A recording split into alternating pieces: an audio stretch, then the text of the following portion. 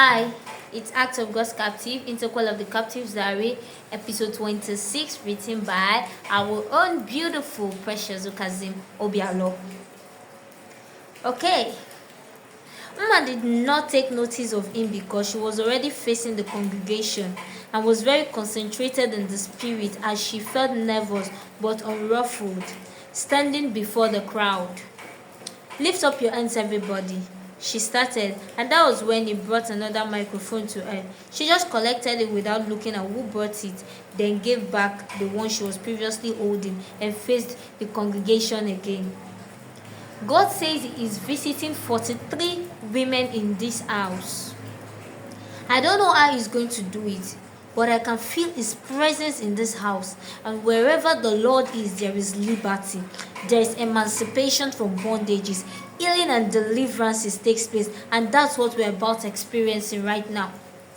God is healing depression right now. He said I should tell 7 women listening to me right now who has been very faithful to him, both in the secret and in the open, in defending the faith and advancing his kingdom uncompromisingly between now and the next 7 days. The 7 of you shall manifest a new anointing. I see the downpouring of pure oil coming out of her horn, the similitude of the anointing being poured upon those 7 heads right now, and the voice saying, between now and the next 7 days, you shall see the manifestation of my anointing upon your life, and you shall know that I, Jehovah Elroy, I see your services and your sacrifices. The anointing is resting upon these 7 heads right now. She said, and about 5 women fell face down on the floor, crying profusely and unable to control themselves, while the woman who was in charge of the Deborah's mandate, Dallas, felt shivers all over her body and began to tremble. When she, Uma, prophesied that the anointing is resting upon the 7 women. Barrister Precious held from falling as she shook vehemently, manifesting back and forth and up and down movement. And while holding her, Precious prayed earnestly for herself that God should not pass her by, but also make her a partaker of that anointing. And that was it. Herself got triggered. While holding someone under the anointing, they both prayed their hearts out, falling on their knees. As we speak, I see a woman lying on a stretcher at the back of the pew, unable to walk and cannot sit.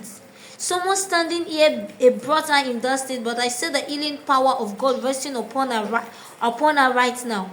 I see something like a new spinal cord being fixed on her. You better run to the back and help her right now. She was still talking when the woman started pushing her way through and running to the back of the pew. Over there are 16 people suffering from respiratory disorder and chronic lung diseases being healed right now. I saw asthma just left somebody now, and if you have been having shortness of breath or difficulty breathing, go ahead and breathe in and out now because you have been healed. As she was still talking, shouts of joy were heard from the back. The woman on the stretcher was up and walking down the aisle on her own without any hate. Angelica.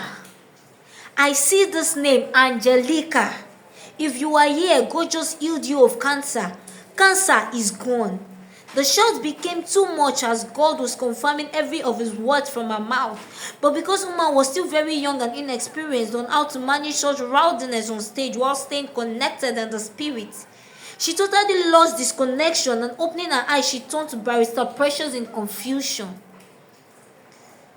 She went and handed the microphone over to her and went back to her seat, covering her eyes because her eyes saw many other things in the spirit which her mouth could not describe. And at that moment, she cannot even remember a single thing she said while standing there on the altar, yet there were lots of confirmations. After the session with Uma, Precious also held another session of prayer for the leaders and organizers of the conference, where she laid hands on the newly elected Deborah mandate leaders and ministered unto them in prayers before handing over the microphone. After the program, There was a brief meeting in the conference room between Precious and a few leaders while Uma waited for her standing close by. She was observing everyone and everything happening, those going out of the hall and those coming in as well, as those hugging and exchanging greetings with cheerful laughs. She also saw the many people staring in admiration at her and those waving their hands at her from afar, which she reciprocated with smiles and waves too. But there was this particular young man that kept walking to and fro, up and down, looking at her non-stop.